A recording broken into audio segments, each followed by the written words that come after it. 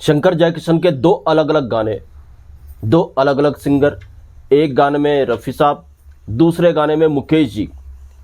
मगर इन दो अलग अलग गानों में शंकर जयकिशन ने एक ही राग का इस्तेमाल किया और इस खूबसूरती से एक राग का इस्तेमाल दो अलग अलग गानों में किया जो हैरत में डालता है। ऐसा सिर्फ और सिर्फ शंकर जयकिशन जैसे म्यूजिक डायरेक्टर ही कर सकते थे। कौन से ये दो गाने थे, यह आज मैं आपको बताऊंगा। दोस्तों, चैनल को सब्सक्राइब कीजिएगा, बेल आइकन भी प्रेस कीजिएगा ताकि नोटिफिकेशंस आप तक पहुंचती रहे।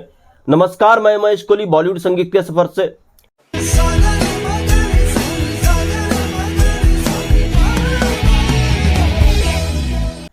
Shankar Jaikishan legend music director, ये तो सब जानते हैं। सही मायनों में फिल्मी संगीत को जो नया रंग रूप दिया वो शंकर जयकिशन ही थे। कई कई इंस्ट्रूमेंट उनके गानों में हुआ करते थे। ऑर्केस्ट्रा का बड़ी खूबसूरती से अपनी गानों में इस्तेमाल किया करते थे। ये बात मैं कई बार कह चुका हूं। शंकर जयकिशन का पसंदीदा राग था भैरवी। राग भैरवी में उन्होंने कई धुनें बनाई और वो धुनें अमर है, नायाब है। मगर और भी रागों का उन्होंने इस्तेमाल किया। आज मैं जिस राग के बारे में बात करने जा रहा हूं वो है राग शिवरंजनी। अब बहुत से लोग कहेंगे यार, एक राग पे तो हजारों धुनें होती हैं। जी हाँ, बिल्कुल होती हैं। हजारों गाने होते हैं, बिल्कुल होते हैं। मगर शंकर जयकिशन ने जिस तरीके से राग शिवरंजनी का दो गानों में इस्तेमाल किया अलग अलग तरीके से, वो अपने आप में एक नायाब है, एक अनूठा प्रयोग है जो हैरत में डालता है। क्योंकि ये दो गाने आम गाने नहीं है, ये दो गाने नायाब है, अमरीय गाने हैं।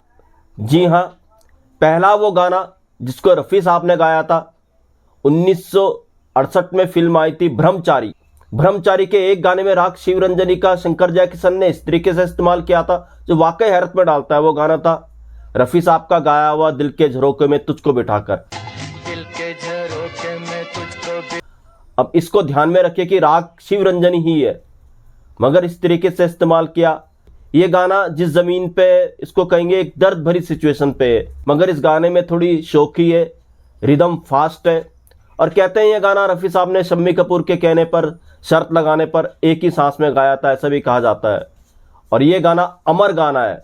आप इसके रिदम पे गौर कीजिए, क्योंकि मैं दूसरा जो गाना बताऊंगा वो भी शिवरंजनी पे वो हैरत में डालेगा। दूसरा गाना मुकेश जी ने गाया था। एक तरफ ये गाना दिल के झरोखे में तुझको बिठा करके राग शिवरंजनी पर, और दूसरा गाना जो मुकेश जी ने गाया वो भी राग शिवरंजनी पर, मगर बिल्कुल अलग तरीके से उन्होंने इस राग को इस गाने में इस्तेमाल किया।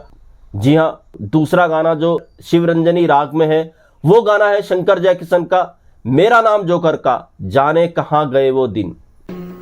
जाने कहां गए। अब कंपेयर कीजिए दिल के झरोखे में तुझको बिठा करके शिवरंजनी को किस तरीके से इस गाने में इस्तेमाल किया, और ये गाना मेरा नाम जोकर का जाने कहां गए वो दिन मुकेश जी ने बहुत बेहतर तरीके से गाया। शिवरंजनी राग का इस गाने में उन्होंने किस तरीके से इस्तेमाल किया। हालांकि दोनों की सिचुएशन दर्द भरी है, मगर एक में थोड़ी शौकी है, रिदम फास्ट है। मगर इधर जाने कहां गए दिन में अलग तरीके का रिदम है, अलग तरीके का माहौल है। दोनों गानों को कंपेयर करो तो पता नहीं चलता एक ही राग पे ये दो गाने हैं जिसको राग शिवरंजनी कहते हैं। मगर शंकर जयकिशन ही थे कि एक राग में दो अलग अलग तरीके के रंग दे सकते थे। जी हां, इन्हीं बातों से, ऐसे ही गानों से शंकर जयकिशन बने, इसमें कोई शक, कोई सुबह वाली बात नहीं है। तो दोस्तों, ऐसे नायाब गाने हमें शंकर जयकिशन ने दिए। ऐसे गानों के किस्से मैं आपके लिए लेकर के आता रहूंगा। महेश कोहली को दीजिएगा इजाजत। Good bye, good luck and take care.